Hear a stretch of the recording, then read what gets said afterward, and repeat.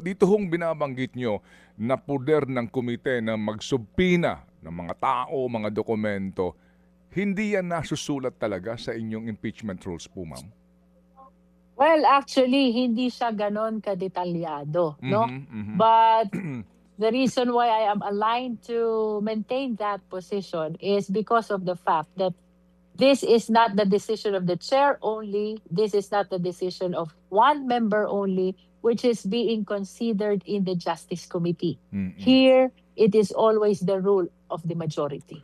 Mga kapatid, brothers and sisters, saan ka pa? Dito na tayo sa totoo.